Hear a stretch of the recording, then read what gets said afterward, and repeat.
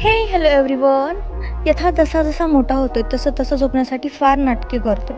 कितीही थोपटलं तरी तो झोपत नाही. यामुळे माझं फार एक्झर्शन व्हायचं. सारखा झुला हलवावा लागायचा तेव्हाच तो झोपायचा.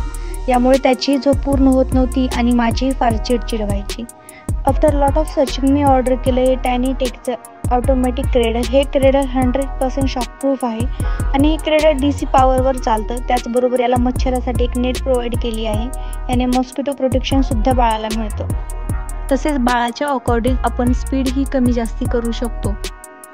या क्रेडलचा बेस्ट पार्ट असा आहे की हा क्रेडल 20 kg पर्यंत वेट सस्टेनिंगसुद्धा आहे.